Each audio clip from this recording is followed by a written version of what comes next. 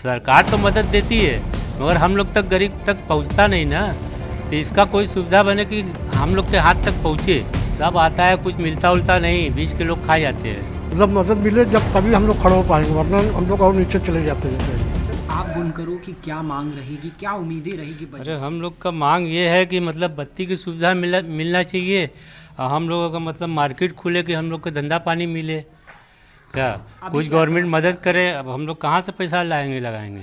किस तरीके का मदद चाह रहा है और अभी की क्या स्थिति है? अरे इस वक्त तो दिक्कत बहुत है। बत्ती का बिल इतना आ रहा है, कहाँ से हम लोग भरेंगे। 200-250 रुपया काम कर रहे हैं, बत्ती का बिल आ रहा है 2000-2500 है। अब हथकरघा का खाली नाम है, हथकरघा का ऑफिस खुला हुआ है, कोई मदद नहीं।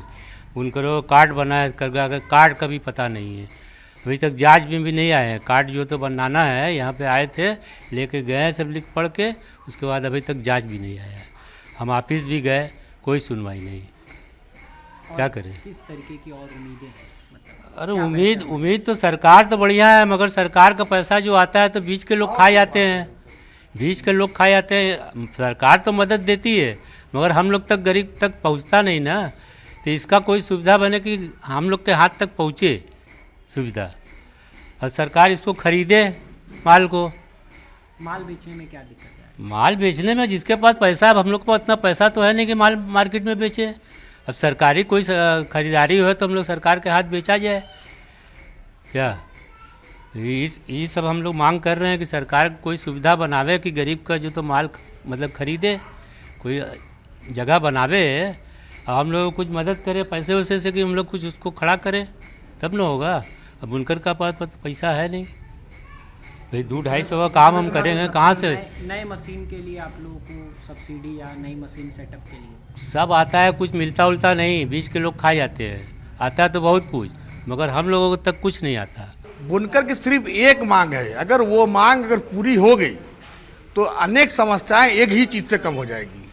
सबसे बड़ी बात है बिजली आज से कुछ साल पहले 75 रुपये पर लूम, ये लूम है 75 रुपये पर लूम बिजली मिल रही थी सब्सिडी के तौर पे। उस समय कैसे? और वो समय कारोबार भी अच्छे थे और बनारस के कम से कम 75% लोग इसी काम से जुड़े हुए हैं। बनारसी साड़ी से कोई किसी की दुकान है, कोई सप्लायर है, कोई तानी बाना धागा, हर एक तरीके से जुड़े हुए हैं लोग। और हर लोग अच्छे तरीके से चल रहा था, क्योंकि बनारस का मेन काम ही बनारसी साड़ी है। इसी नाम से, इसी काम से लोग जाने जाते हैं। भाई कबीर की नगरी है, इसी साड़ी से सब कुछ हुआ यहाँ पर।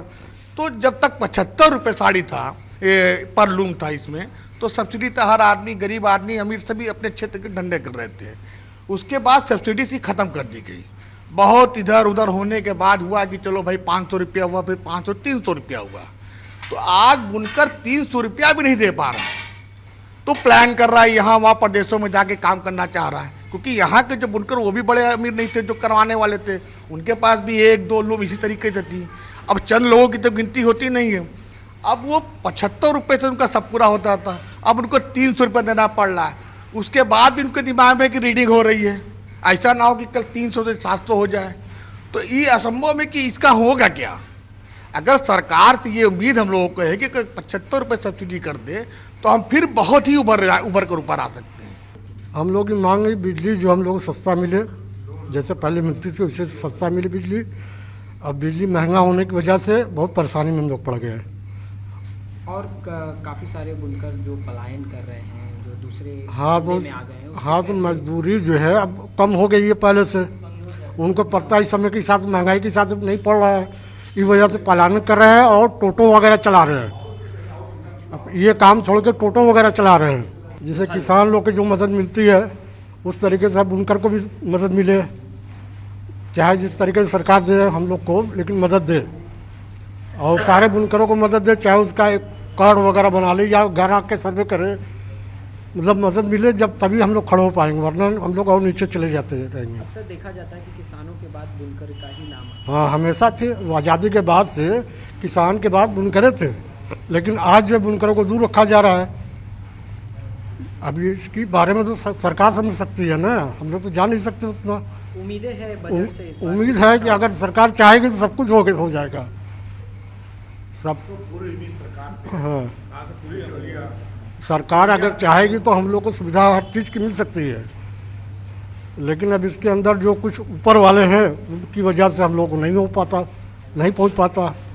बदलाव ये है कि बनारस जो तो काफ़ी पिछड़ा जो होता है वो चला जा रहा है मॉडर्नाइजेशन में, मतलब आधुनिकरण में बनारस सूरत के मुकाबले बहुत पीछे हुआ चला जा रहा है। क्योंकि वहाँ जो सूरत में जो आधुनिक मशीनें लग रही हैं वो बनारस में नहीं लग पा रही हैं। कारण उसका ये है कि यहाँ का बुनकर जो है तो बहुत पिछड़ा हुआ है और वो अपनी समस्या आगे तक नहीं पहुँचा पाता है, मतलब गवर्नमेंट तक अपनी समस्या पहुँचा नहीं पाता है। इसलिए उसको जो सब्सिडी मिलना चाहिए या जो उसको और भी जो सुविधाएँ मिलना चाहिए वो नहीं मिल पाती हैं। इसलिए बनारस का बुनकर जो है तो काफ़ी पिछड़ा हुआ जा रहा है और यहाँ मॉडर्नाइजेशन नहीं हो पा रहा है। जो आधुनिक मशीनें वहाँ लग रही हैं, जो गवर्नमेंट वहाँ सब्सिडी देती है, वो यहाँ बुनकर ले नहीं पाता है। भाई प्लान तो पूरे देश में एक है, भाई गवर्नमेंट पूरे देश में एक प्लान बनाती है, कपड़ा मंत्रालय एक प्लान बनाता है, लेकिन चूंकि यहाँ बनारस का बुनकर जो है तो काफ़ी पिछड़ा हुआ है। यहाँ शिक्षा का अभाव है, उसमें जो योजनाएँ आती भी हैं तो वो बुनकर तक नहीं पहुँच पाती हैं। इसलिए यहाँ का बुनकर काफ़ी पिछड़ा हुआ है और वो दिन ब दिन पिछड़ता चला जा रहा है। उसको मार्केटिंग नहीं मिल पाती है यहाँ, उसकी आप मशीनें जो है तो वो सिस्टम में फेल हैं एक तरह से। जो है जो प्रोडक्शन कर पाना चाहिए वो नहीं कर पाता है, जो मार्केट में जो कपड़ा बेच पाना चाहिए, जो वो नहीं बन पाता है यहाँ। जो सूरत में आधुनिक मशीन पे बन पाता है वहाँ प्रोडक्शन हाई लेवल का है। जो मशीनें वहाँ जो तो 300 मीटर कपड़ा बनाती है पर डे, वो यहाँ 25 मीटर कपड़ा बना पाती हैं, क्योंकि यहाँ की लूमें पुरानी है और जो पुरानी मशीनें वहाँ से रिजेक्ट होती हैं, यहाँ गरीब बुनकर वही खरीद के वही मशीन लगा के अपनी रोजी रोटी आजीविका चलाता है। ये समस्या यहाँ है।